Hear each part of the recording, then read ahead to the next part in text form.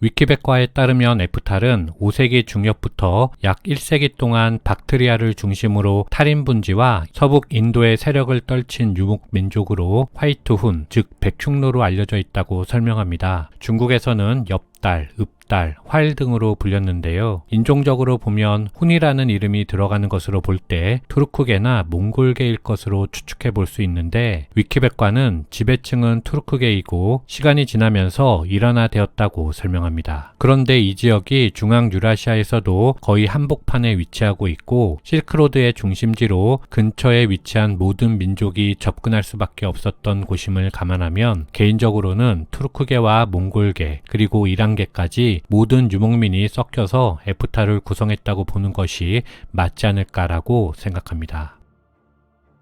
다음으로 지배 영역을 지도로 보면 지금 보시는 지도는 약 500년경 지도인데요. 지도에 지명이 없어서 보기가 조금 어렵긴 한데 여기가 카스페이고 여기가 아라레입니다. 아라레 밑으로는 동남쪽으로 시르다리아가 있고 서남쪽으로는 아무다리아가 있습니다. 이 지역을 대개 트란스옥시아나라고 하는데요. 위키는 이 트란스옥시아나를 에프탈의 영역으로 표시해 놓고 있습니다. 그리고 그 동쪽에 있는 것은 탈인 분지인데요. 동쪽 끝에 룸노르부터 북쪽으로는 텐샨, 남쪽으로는 쿤룬 산맥까지 탈인 분지 대부분의 지역이 에프탈의 영역으로 표시되어 있습니다. 그리고 파미르 고원을 중심으로 동남쪽으로는 카라코람 산맥이 있고 서남쪽으로는 힌두쿠시 산맥이 있으며 힌두쿠시 밑으로는 인더스강이 흐릅니다. 위키는 인더스강을 기준으로 서북쪽만을 에프탈의 영역으로 표시하고 있지만 이것은 500년을 기준으로 해서 그런 것이고 6세기 중반에는 델리를 포함한 인도 서북부도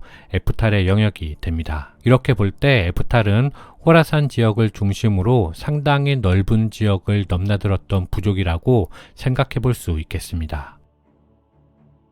이 정도의 배경 지식을 가지고 에프탈의 흥망성쇠를 간단히 살펴보도록 하겠습니다. 먼저 에프탈이 등장하는 5세기의 세력 구도를 보면 서아시아는 사산조 페르시아가 장악하고 있던 시기입니다. 아직 이슬람이 출현하기 전인데요. 그리고 동쪽에는 토요콘이 있습니다. 그 동쪽으로는 남북조가 있죠. 그리고 북쪽에는 유연제국이 있었는데 유연제국은 5세기 중반에 돌궐로 교체됩니다. 그리고 남쪽 인도에는 굽타 왕조가 있습니다. 그러니까 좌측으로부터 보면 비잔티움, 사산조, 에프탈, 굽타, 토요콘, 돌궐, 남북조가 나란히 서 있던 시기에 활동한 민족이라고 보시면 될 것 같습니다. 르네그루스에 따르면 에프탈은 원래는 알타이 산맥에서 기원해서 유연에 복속되어 있다가 440년경에 서쪽으로 영역을 확대하면서 서투르키스탄 쪽으로 내려온 민족이라고 설명합니다. 고대부터 투르키스탄 지역의 국가들은 대부분 동서양을 잇는 중개무역으로 부를 쌓았기 때문에 에프탈 역시 서투르키스탄에 정착한 후에는 동쪽의 남북조나 사산조, 비잔티움, 그리고 인도 아대륙을 연결하는 교통의 유충지를 장악하고 부를 쌓은 국가입니다. 따라서 당연히 서쪽의 사산조 페르시아와 호라산 지역의 패권을 두고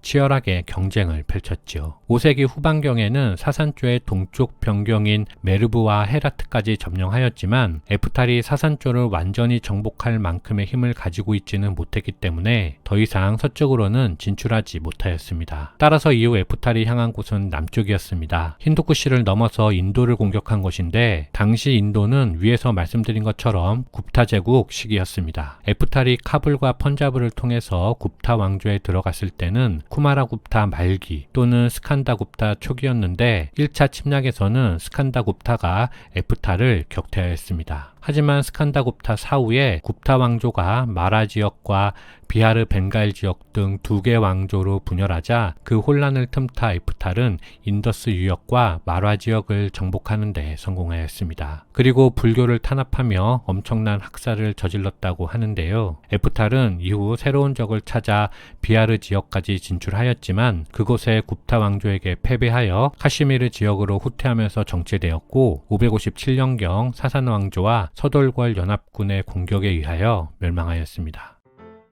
정리해보면 에프탈은 알타이 또는 현 동투르키스탄 방면에서 유연에 복속되어 살다가 점차 서쪽으로 세력을 넓혀서 서투르키스탄으로 내려와서 자리를 잡았습니다. 이후 에프탈은 동서를 잇는 중개무역을 통해 부를 쌓으며 서쪽의 사산조 페르시아와 호라산의 패권을 두고 경쟁하면서 서쪽으로 진출하였지만 사산조의 방어에 막혀서 방향을 남쪽으로 선회하였습니다. 하지만 이어진 인도 공격에서도 굽타 왕조의 방어에 막혀 후퇴하였고 서돌골과 사산조 페르시아의 협공으로 소멸되었다고 하겠습니다. 이렇게 볼 때 에프탈을 통해서도 북방 유목민이 남쪽의 정주민을 공격하는 역사적 패턴이 여지없이 보여지는 것이죠. 이상 마치겠습니다. 감사합니다.